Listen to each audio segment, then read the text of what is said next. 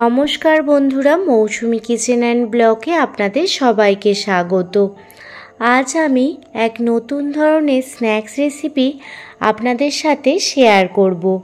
না লাগবে তেল, না আটা, না ময়দা। সারাদিনে যখনই খিদে পাবে তখনই খেতে পারবেন, আর গ্যাস অম্বল হওয়ার একদম চান্সই নেই।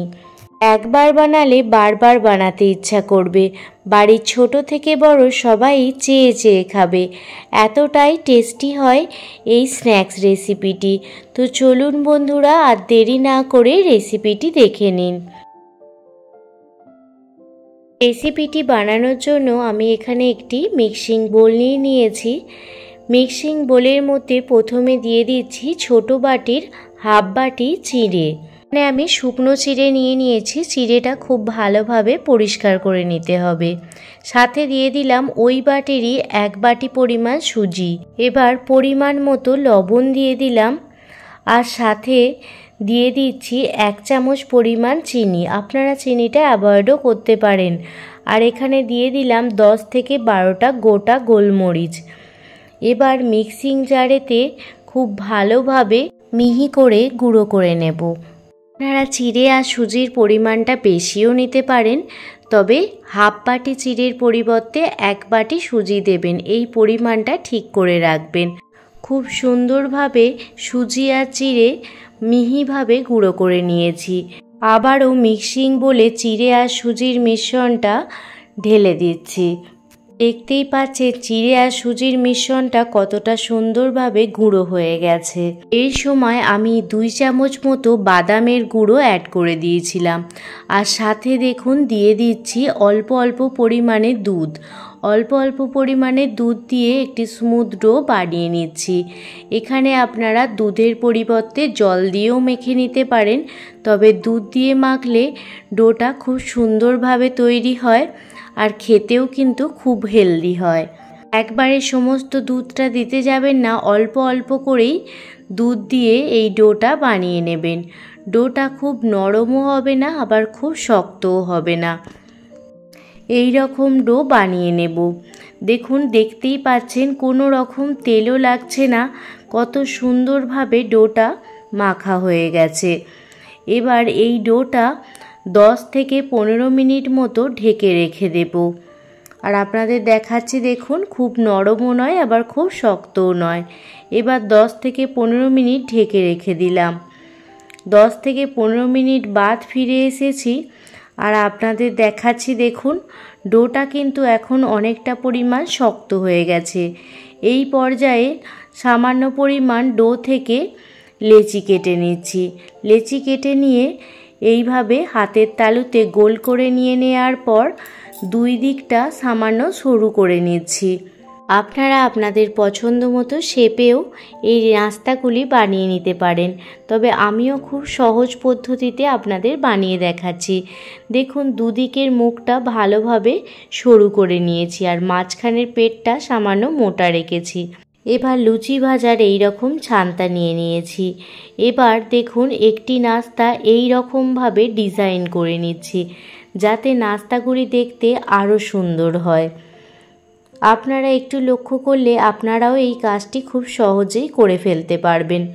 খুবই সহজেই দেখুন কত সুন্দর একটি ডিজাইন হয়ে যাচ্ছে। প্রত্যেকটি নাস্তা একই রকমভাবে বানিয়ে নেব।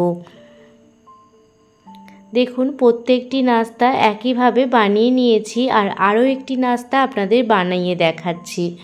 প্রথমে এইভাবে গোল করে নেবেন, এরপর হাতের সাহায্যে 2 দিকটা সরু সরু করে নেবেন। সরু সরু করে নেওয়ার পর লুচি ভাজার ছান্তা দিয়ে সামান্য ডিজাইন করে নেবেন। আপনারা এইভাবেও রাখতে পারেন।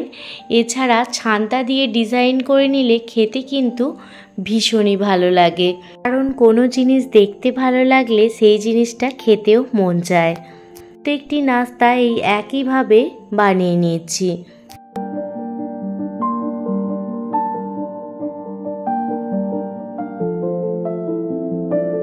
তবে দেখুন প্রত্যেকটি স্ন্যাক্স বানিয়ে নিয়েছি, দেখতে কতটা সুন্দর লাগছে। অন্যদিকে একটি ঝাঁঝরি নিয়েছি, আর ঝাঁঝরির মধ্যে সাদা তেল খুব ভালো করে ব্রাশ করে নিচ্ছি। সাদা তেল ব্রাশ করে নিয়ে নেওয়ার পর একে একে নাস্তাগুলো দেখুন ঝাঁঝরিতে রেখে দিচ্ছি। যাদের কিছু খেলেই গ্যাস অম্বল হয় তারা এই রেসিপিটি ট্রাই করতে পারেন। আমি গ্যারেন্টি সহকারে বলতে পারি এই রেসিপিগুলি আপনারা সারাদিন ধরে খেলেও আপনাদের একটুও গ্যাস অম্বলের সমস্যা থাকবে না। যারা ডায়েট করছেন তারা ডায়েটেও এই রেসিপিটি রাখতে পারেন। একটি স্ন্যাক্স রেসিপি ঝাঁঝরির মধ্যে সাজিয়ে দিলাম। অন্যদিকে গ্যাসের ওভেন জ্বালিয়ে আগে থেকেই কড়াই বসিয়ে পরিমাণ মতো জল বসিয়ে দিয়েছিলাম। জল যখন ভালোভাবে গরম হয়ে যাবে তখন ঝাঁঝরিটা বসিয়ে দিলাম। এবার স্ন্যাক্সগুলো 10 থেকে 15 মিনিট ঢাকনা দিয়ে খুব ভালোভাবে সিদ্ধ করে নেব। গ্যাসের ফ্লেম মিডিয়ামে রেখে এই স্ন্যাক্সগুলো সিদ্ধ করে নেব। কাঁচের ঢাকা দিয়ে দেওয়ার পর মুখটা অবশ্যই বন্ধ করে দেবেন। দেখুন এইভাবে মুখটা আমি বন্ধ করে দিলাম। এবার 15 মিনিট মতো হতে দেব। 15 মিনিট পর ফিরে এসেছি। স্ন্যাক্স বা নাস্তাগুলো খুব ভালোভাবে সিদ্ধ হয়ে গেছে। এবার স্ন্যাক্সগুলো একটি প্লেটে উঠিয়ে নেব। নাস্তাগুলো একটি প্লেটে উঠিয়ে নিয়েছি। যাতে নাস্তাগুলো খেতে আরও সুস্বাদু হয় তার জন্য আবারও গ্যাসের ওভেন জ্বালিয়ে কড়াই বসিয়ে দিয়েছি। আর কড়াইতে দিয়ে দিলাম 1 চামচ পরিমাণে বাটার। আপনারা বাটারের পরিবর্তে সাদা তেলেও এই নাস্তাগুলো সটে করে নিতে পারেন। তবে বাটারে আপনারা এই নাস্তাগুলো বানালে সবথেকে বেশি ভালো লাগে খেতে। যখনই বাটারটা একদমই মেল্ট হয়ে যাবে তখন এতে দিয়ে দিচ্ছি 1 চামচ পরিমাণে সাদা তিল। আর সাথে দিয়ে দিচ্ছি 8 থেকে 10টা কারি পাতা, যেটা ভালোভাবে কুচিয়ে নিয়েছি। প্রথমে তিল আর কারি পাতাটা খুব ভালোভাবে ভেজে নেব। যতক্ষণ না পর্যন্ত সুগন্ধ বের হয় ততক্ষণ ভালোভাবে ভেজে নেব। সাথে দিয়ে দিলাম একদম অল্প পরিমাণে হিং। ছাড়া এর মধ্যে দিয়ে দিলাম পরিমাণ মতো হলুদ গুঁড়ো, সামান্য পরিমাণে কাশ্মীরি লাল লঙ্কার গুঁড়ো কালারের জন্য। এবার সমস্ত কিছু ভালোভাবে মিশিয়ে নিচ্ছি। সমস্ত কিছু ভালোভাবে মিশিয়ে নেওয়ার পর স্ন্যাক্সগুলো দিয়ে দিলাম। সমস্ত মশলার সাথে স্ন্যাক্সগুলো খুব ভালোভাবে মিশিয়ে নিচ্ছি। সমস্ত মশলার সাথে স্ন্যাক্সগুলো মিশিয়ে নেওয়ার পর এখানে 1 চামচ পরিমাণে টমেটো সস দিয়ে দিলাম।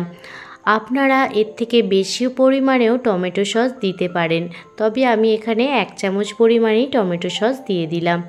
আপনারা চাইলে শেজওয়ান সসও দিতে পারেন। এবার সমস্ত কিছু ভালোভাবে মিশিয়ে নিচ্ছি। এর ফ্লেম লো রেখে আপনারা মশলাগুলো মিশিয়ে নেবেন। ভালোভাবে মশলাগুলো মেশানো হয়ে গেলে এই স্ন্যাক্সগুলো একটি প্লেটে উঠিয়ে নেব। চিড়ে আর সুজি দিয়ে বানানো স্ন্যাক্স রেসিপিটি একদমই রেডি হয়ে গেছে। আপনারাও এইভাবে একবার হলেও স্ন্যাক্স বা নাস্তা বাড়িতে বানিয়ে নিতে পারেন। বাড়ির ছোট থেকে বড় সবাই দেখবেন চেয়ে চেয়ে খাবে। এতটাই টেস্টি হয় এই রেসিপিটি। সারাদিনে যখনই খিদে পাবে তখনই এটি বানিয়ে খেতে পারেন। একটুও কিন্তু গ্যাসও হবে না, অম্বলও হবে না। এতটাই টেস্টি হয় এই রেসিপিটি, একবার না বানালে বিশ্বাসই করবেন না। রেসিপিটি ভালো লেগে থাকলে প্লিজ একটি লাইক, কমেন্ট, শেয়ার এবং সাবস্ক্রাইব করে আমার পাশে থাকবেন। প্লিজ একটি লাইক করবেন। আপনাদের একটি লাইক আমাকে অনেকটা মোটিভেট করে নতুন নতুন ভিডিও বানানোর জন্য। আর কোনো নতুন বন্ধু আজকে আমার ভিডিওটি দেখে থাকলে প্লিজ সাবস্ক্রাইব করে বেল নোটিফিকেশান অল করে রাখবেন, যাতে আমি কোনো রকম রেসিপি দিলে আপনারা সেটা প্রথমেই দেখতে পান। সবাই ভালো থাকবেন, সুস্থ থাকবেন, সাবধানে থাকবেন। আবারও কোনো দিন অন্য কোনো রেসিপি ভিডিও বা ব্লগ ভিডিও নিয়ে আপনাদের সামনে হাজির হব। একটি স্ন্যাক্স আপনাদের ভেঙেও দেখাচ্ছি, দেখতে পাবেন স্ন্যাক্সগুলো কতটা নরম হয়েছে। দেখতেই পাচ্ছেন স্ন্যাক্সগুলো অনেকটা পরিমাণ কিন্তু নরম হয়েছে। আপনারা খুব সহজেই এই রেসিপিটি একবার দেখলেই বানিয়ে ফেলতে পারবেন।